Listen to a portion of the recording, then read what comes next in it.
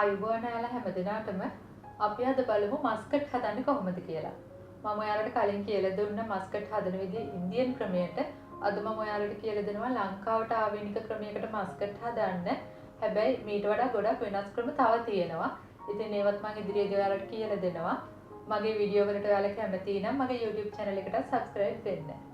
ඔයාලා දැනටමත් subscribe උනේ නැත්නම් පහළ තියෙන රතු පාට subscribe button එක click කරලා ඒ ළඟම තියෙන පුංචි සීනුවත් ක්ලික් කරන්න. මගේ වීඩියෝ එකට ලයික් එකක් දාලා යාළුවොත් එක්ක ෂෙයා කරන්නත් අමතක කරන්න එපා.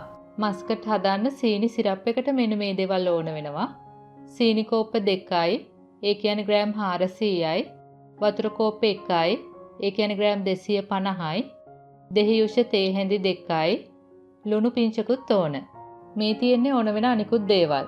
පාන් පිටි කෝප්ප 1යි, ඒ කියන්නේ ග්‍රෑම් 130යි. මාගරින් ග්‍රෑම් 50යි. ඒක දිය කරලා ගන්න. කජු මද 7-8ක් මේ වගේ පොඩියට කපලා ගන්න. පිටි මෝලිය හදා ගන්න වතුර ටිකක් ඕන. පොල් කිරි කෝප්ප 2යි, ඒ කියන්නේ මිලිලීටර් 500යි. ඔයාලා මේ පොල් කිරි ටික චුට්ටක් උණු කරලා අත දාන්න පුළුවන් තරමට ගන්න. වැනිලා තේ හැඳි 1යි. ෆුඩ් කලරින් මම ගත්තේ රතු පාටයි තැඹිලි පාටයි. මම දැන් මුලින්ම මේ වගේ බෝල් එකකට පාන් පිටි ටික එකතු කරනවා. දැන් වතුර චුට්ට දාලා ගන්න පිටි මෝලියක් හදා ගන්න.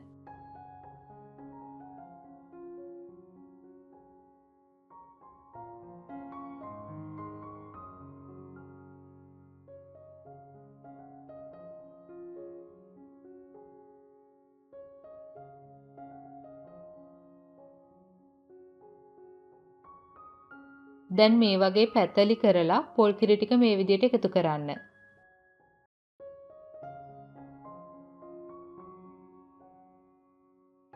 මම දැන් සීනි සිරප් එක හදනතුරු මේක මේ විදිහටම තියෙන්න දෙනවා. දැන් ඔයාලා භාජනයක් ලිපේ තියලා සීනි ටිකයි ලුණු පිංචකුයි වතුරයි එකතු කරන්න. දැන් සීනි ටික දිය වෙනතුරු හොඳට හැඳි ගන්න.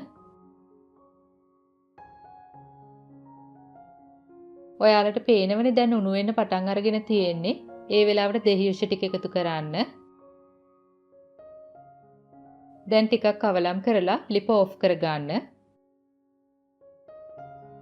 දැන් ඔයාලා අත් දෙකෙන් මේ විදිහට පිටි ටික පොල් කිරි වලට එකතු කර ගන්න ඕන. අපි මේ විදිහට කරනකොට ග්ලූටන් ටික ඉතුරු වෙනවා. ඒ ටික අපිට අවශ්‍ය නැහැ. ඒ ටික අපි අයින් කරනවා.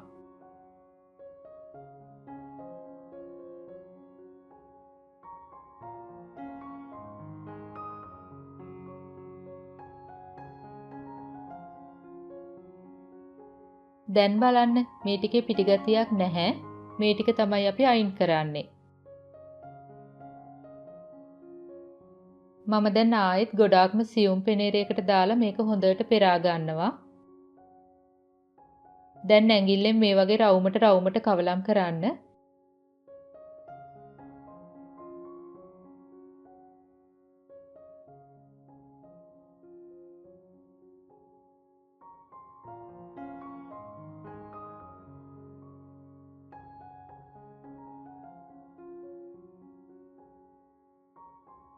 දැන් ඔයාලට පේනවනේ මේ ඉතුරු වෙන ටික. මේ ටික හොඳට මිරිකලා ඊට පස්සේ අයින් කරන්න.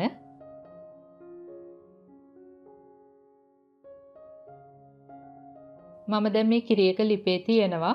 ඔයාලා අඩු ගින්දරේ දිගටම හැඳි ගන්න ඕන. ඔයාලා ලිපේ තියලා හැඳි ගෑවේ නැත්නම් මෙන්න මේ වගේ කැටිති හැදෙනවා. එතකොට හරිම කරදරයි. එහෙම වෙන්නේ නැති වෙන්න දිගටම හැඳි ගන්න. හදිසියේ හරි මේ වගේ කැටිති හැදුනොත් ඒව හැන්දෙන්ම දිය කර ගන්න. දැන් ඔයාලට පේනවනේ ටිකක් උකු වෙලා තියෙන්නේ.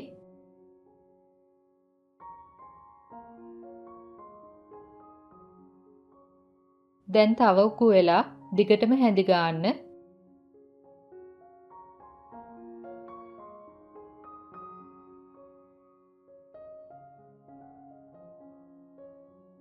මෙන්න මේ වගේ ආවට පස්සේ මම කරන්නේ සීනි සිරප් එකෙන් ටික ටික දාලා හොඳට කවලම් කරනවා.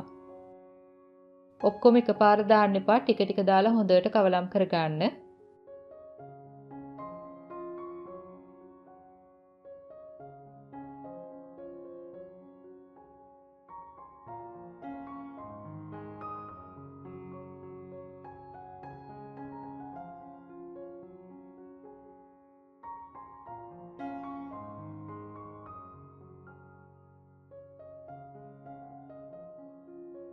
දැන් ඔයාලා මේක දිගටම හැදි ගන්න ඕන.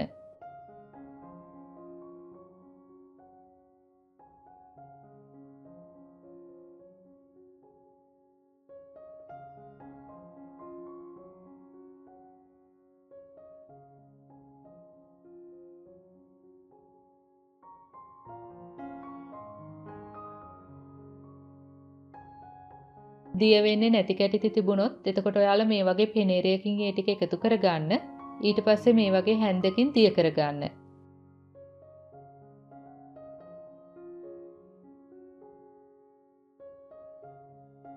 දැන් ඔයාලට පේනවනේ මිශ්‍රණය උකුවේගෙන එන්නේ. මම දැන් වැනිලා එකතු කරනවා. සාමාන්‍යයෙන් අපි මස්කට් හදනකොට දාන්නේ රෝස වතුර. ඒ වුණාට ඔයාලා කැමති එසෙන්ස් එකක් දාන්න පුළුවන්. මම අද එකතු කරන්නේ වැනිලා.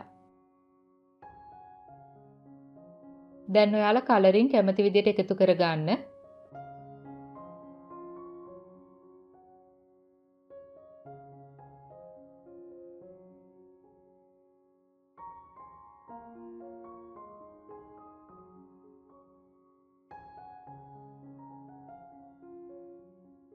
මෙන්න මේ තරමට ආවට පස්සේ අපි කවලම් කරන ගමන්ම මාගරින් ටික ටික එකතු කරන්න ඕන. දැන් හොඳට කවලම් කරගන්න.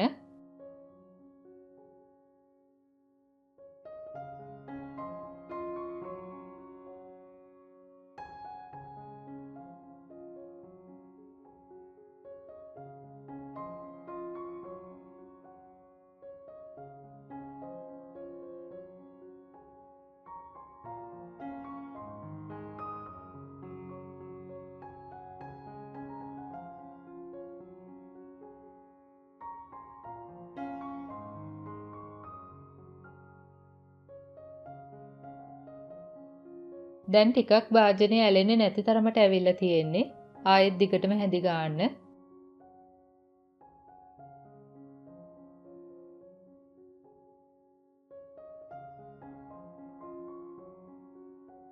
මම දැන් කජු ටික එකතු කරනවා.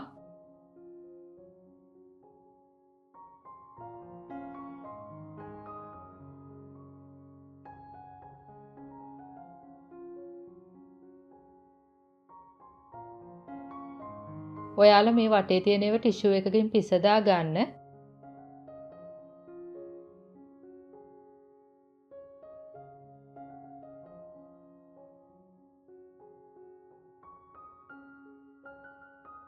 ඔයාලා මේක ලිපේ තියන් ඉන්න තරමට තමයි ඇදෙන ගතිය වැඩි වෙන්නේ. ඉක්මනට ලිප ඔෆ් කළොත් මෙලෙක් වෙනවා, ඇදෙන ගතිය අඩුයි. ඉතින් ඔයාලා කැමති විදිහට හදා ගන්න පුළුවන්.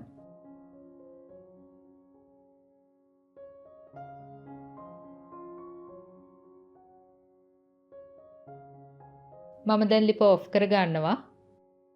මේ භාජනයේ මම මාගරින් හොඳට ගාලා තියෙන්නේ. දැන් මස්කට් ටික මේ විදිහට දාන්න. මේ මිශ්‍රණය ටිකක් ඇලෙනවනේ. ඒක නිසා ඔයාලා මේ ගන්න භාජනයේ ඒ වගේම ස්පැචුලා වල හොඳට මාගරින් හෝ තෙල් ගාලා තියන්න. මම දැන් මේ විදිහට ලස්සනට උඩ හදා ගන්නවා.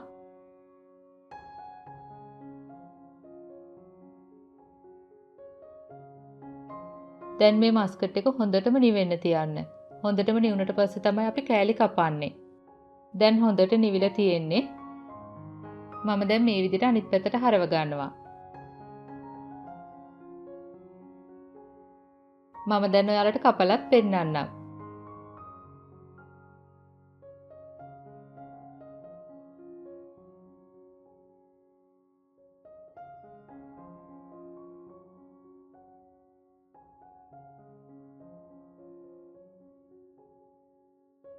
මේ බලන්න ඇදෙන ගතිය. ඔයාලා තව ලිපේ තියාගෙන හිටියනම් තව ඇදෙනවා. තව ඝන වෙනවා. ඉතින් ඔයාලට කැමති විදිහට මස්කට් හදා ගන්න පුළුවන්. ඔයාලත් මේවා හදලා පවුලේ අයත් එක්ක රස විඳින්න. මේ වීඩියෝ එක සම්බන්ධයෙන් ඔයාලගේ අදහස් යෝජනා පහලින් කමෙන්ට් එකකුත් දාන්න. අපි ආයෙත් මේ වගේම රසබර වීඩියෝ එකකින් හමු වෙමු. එතකන් ඔයාලට සුබ දවසක්.